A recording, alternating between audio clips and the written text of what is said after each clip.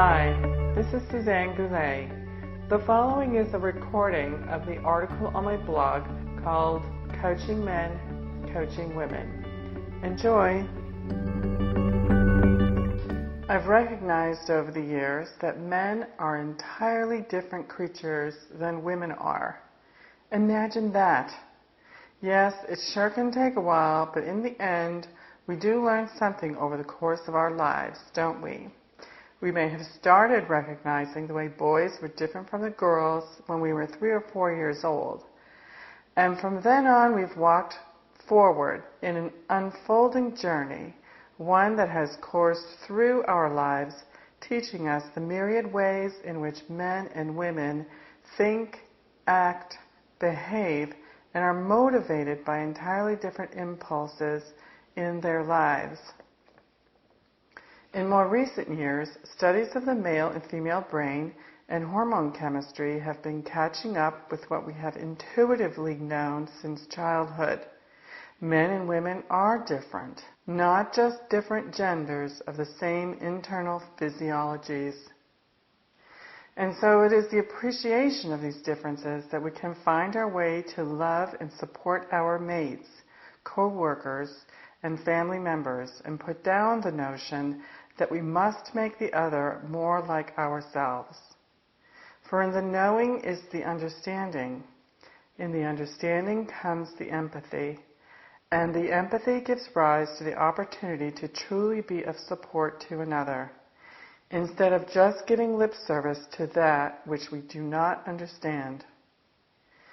It's the knowledge of these differences that I use to coach men and women, and I pay especially close attention to how these variances are playing out in our lives. Women, for example, are motivated by relationship, not just romantic ones, but all of them, whether it be her children, other family members, co-workers, clients, neighbors, or best girlfriends. She needs and wants to know that she is connected, and it is fulfilling for her to know that she is, and that all her relations are in good order. Men, on the other hand, are highly motivated by accomplishment.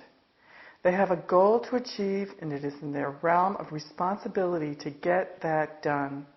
It is their job, and having a job to do is what gets him up in the morning, gets him to give it all he's got, and decides how he feels about himself. Now, it doesn't mean that all men are this way, or all women are that. But what it does mean is that, in general, the hormones and brain chemistry have demonstrated that that is how we function. That is how we are happiest, and that in general is how we can proceed forward in understanding the other. When a man's testosterone levels are in the normal range, he is driven. His brain chemistry is set up to have him highly focused in one area of specialty in the brain at a time. He feels an agenda. He wants to drive that agenda forward and to get to the end goal so that as soon as possible he can sit and relax. He will work very hard, be highly focused, and have a clear objective in mind that he is working to finish.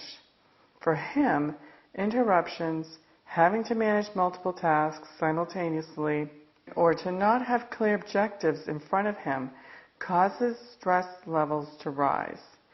He feels better about himself if he can get things done independently. He needs to point his arrow and shoot on his own and not spend a whole lot of time talking about it. Just do it. The Nike byline is a great example of the masculine energy pinpointed. Women, on the other hand, when their estrogen levels are within normal range, are exactly the opposite. Imagine that. The brain chemistry supports a diffused focus, accessing all specialty areas of the brain quickly and easily, and sometimes several at once. They can do scans of all areas, whether it be mentally or assessing what is around them physically to determine if everything is all right. They are highly detailed in vision and perception. are propelled to have things in order and well functioning before moving on to the next endeavor. They want to provide care for what is, her people, her surroundings, and to make sure that all those within her jurisdiction are happy, healthy, and whole. If a woman has to maintain mental focus in one area of her brain alone, this will cause stress levels to rise. So will too many things to assess and take care of cause her physical distress and the resulting disruption in hormone balance. She wants to be able to walk out into the meadow, make quick assessments of what is, measure the resources available, coming weather patterns, danger lurking anywhere, children staying within hearing distance. Then she can move forward on her task. She is happiest when this can be accomplished together with others. And talking during the whole process will actually increase serotonin levels in the brain and reduce her stress levels, putting hormones back into balance. Calgon, take me away. Now she can finally indulge herself in beauty and luxury. So when I am coaching men, I look to support them in clarifying the objective, clearing out what is interruptive in their lives and causing a difficulty in focus. I ignite their spirit by having them verbalize what it is that spurs them on for that goal. What will be the end result? What is your big why? Rest and relaxation will be what is needed at the end of any big accomplishment,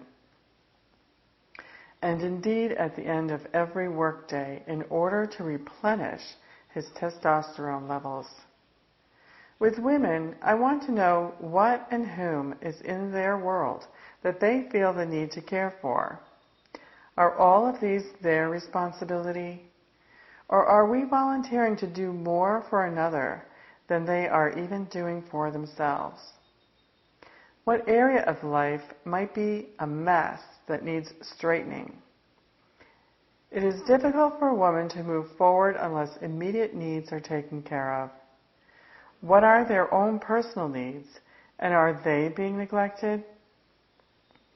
A woman's work is never done is an axiom that is very true. She doesn't need to stop after an accomplishment for long periods like men do, but instead, if she can keep a steady and balanced pace, she would be so happy to just keep going and growing. Another issue particular to women is that we, as a culture of women in America, have been growing and evolving professionally since the early 80s and 90s. We took on more masculine stances as a means to thrive, expanding our rights and opportunities, and determine greater access to power and decision-making roles in our worlds.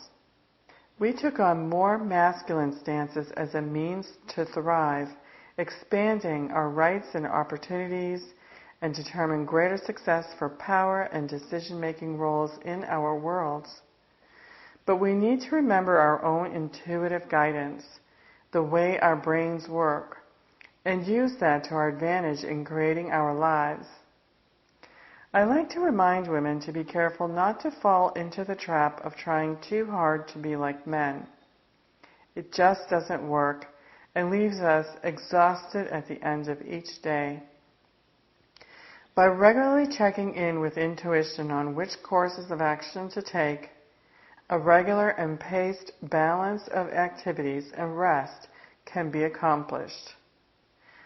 Next week, I'll be fine-tuning this message with a more integral discussion of how to use both the masculine and feminine energies within yourself to support your life more fully and easily. Each energy system has its manner and function to play in creating our highest and best experiences of growth and expansion. Until then, blessings be.